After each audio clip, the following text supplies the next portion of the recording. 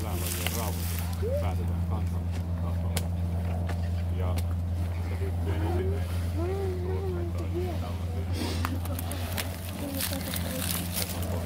matala murina.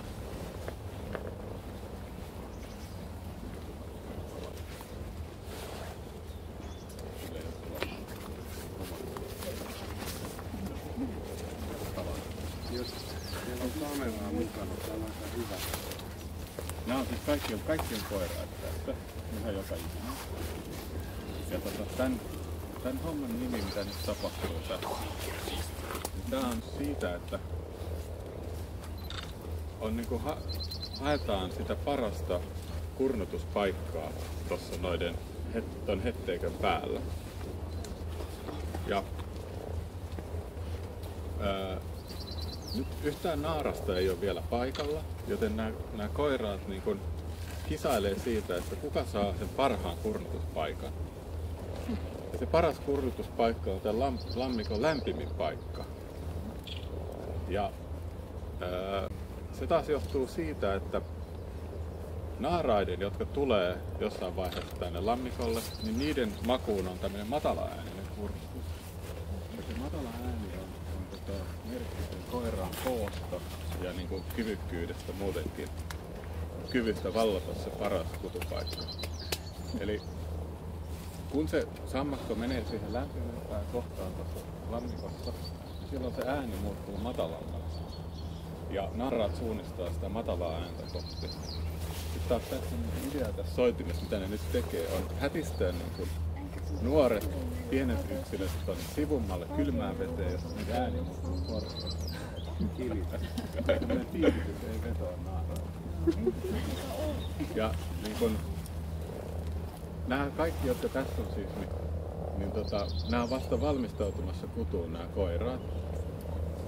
Ja ne hakee nyt sitä sopivinta, lämpimintä paikkaa. Ja yleensä se on sellainen siis, että tuossa tuon mättään päällä, tässä on nyt sen verran paljon vettä, että se on varmaan tuolla vähän sivummalla se lämpimin paikka, mihin se kutu sitten tulee. Niin siinä on niin vähän vettä, että se aurinko lämmittää sen tosi nopeasti. Ja niinpä se mätimunien kehitys on myös nopeasti. Eli kun ne mätimunat jää tuohon ihan pintaan, nehän on siis tällaiset hyytelön sisällä olevat mustat pampulat. Se musta muun muassa nimenomaan absorboi sitä auringon lämpöä hyvin. Niin siinä ne kehittyy nopeammin kuin tuolla kylmemmässä vedessä. Eli tavallaan sen hyvän paikkakunnan oikeasti. Joo. Ja nämä täällä lisääntyvät sammakkokoiraat, niin nämä on siis sammakko tulee sukukypsäksi näillä leveyksillä 4-vuotiaana. Mutta kun niillä on tämmöinen soidin kisailu, niin semmoinen 4-vuotias ensikertalainen ei näissä paineissa juuri pärjää. Ja se hätistytään auttamatta tuonne sivummalle. Ja näin ollen niin paras lisääntymismenestys on ehkä semmoisella 7-8-vuotiaalla koiraalla, joka on jo muutamat soidin kurnutukset hoitanut ja tietää, miten tämä homma pelaa. Ja täällä Etelä-Suomessa valitettavasti sammakko ei paljon sen vanhemmaksi selviä, koska ne kohtaa loppunsa aikaisemmin. Täällä on niin paljon petoja, ihmistoimintaa, kaikkea muuta. Mutta Lapissa sammakko niin edelleen 20 vuotta aika hyvinkin. Mutta täällä etelässä 10 vuotta on jo tosi tiukas.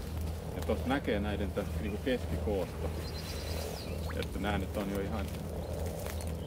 ihan niin kuin tommosia 5-6-vuotiaita, mutta niin kuin, jos me oltaisiin jossain tämmöisessä ihan luonnontilaisessa ympäristössä, niin todennäköisesti olisi hieman kookkaa.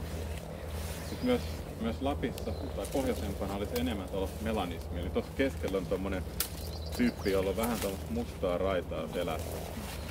Niin sellainen väritys on tyypillinen tuolla pohjoisemmilla seuduilla, missä on vilposempaa ja missä tämä kutu tapahtuu myöhemmin. Eli se tumma väri todennäköisesti kerää paremmin lämpöä ja niinpä tämmöisillä äärevillä elinalueilla niin on usein enemmän tummempia. Nämä on aika tasavärisiä, tämmöisiä sitisammakoja. Mutta se vaikuttaa sitten valinnassa tämmöisen pienen. Olisi tosi harvinaista Helsingissä, että se on oikeastaan metsäneläin ja niitä aika vähän enää tässä stadissa on. Ja tää on kielletty, niin on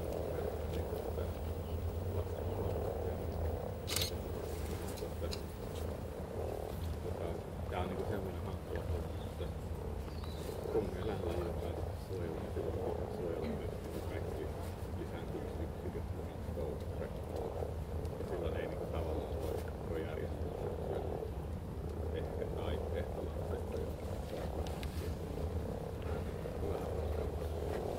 päätössä on kudulla hinta. Siinähän se yksi on. Mikä se on? Kudu. Kudu on.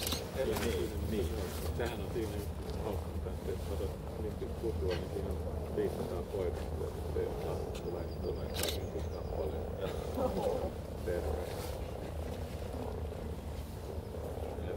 Voisi näin olla niinkin, että jos sitä ottaa kasvatettavaksi, niin tavallaan ne lastaan isommat.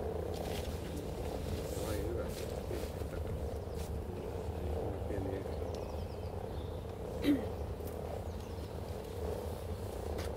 Tietysti tämä on aika ihmeellistä, että näin pieni eläin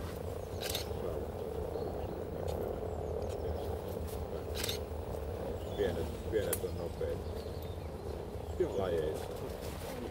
Elokka on pikkuinen. Tavallaan niin kuin sukukypsyys saavutetaan tässä tapauksessa, kun elämä on eletty 340. Siinä suhteessa se ei ole kovin poikkea.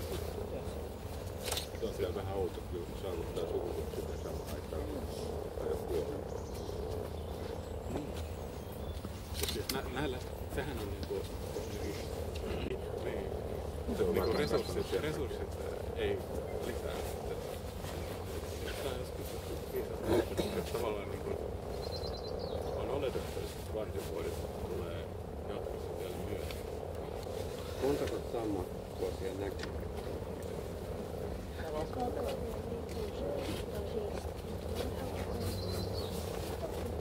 Sammakkoista paljon. Niin kuin Jarmo sanoi, niin nämä on kaikki koiralta, eli se naaras Tänne täällä reunoilla kyttäilemät, jotka ei pääse yläpuolelle, niin ne pääsee, saattaa yrittää niin kuin lisääntyä niiden kanssa jo täällä niin kuin reunalla. Ja jos se kelpuuttaa kumppaniksi tavallaan kuin pienen koiran, niin sitten nekin voi saada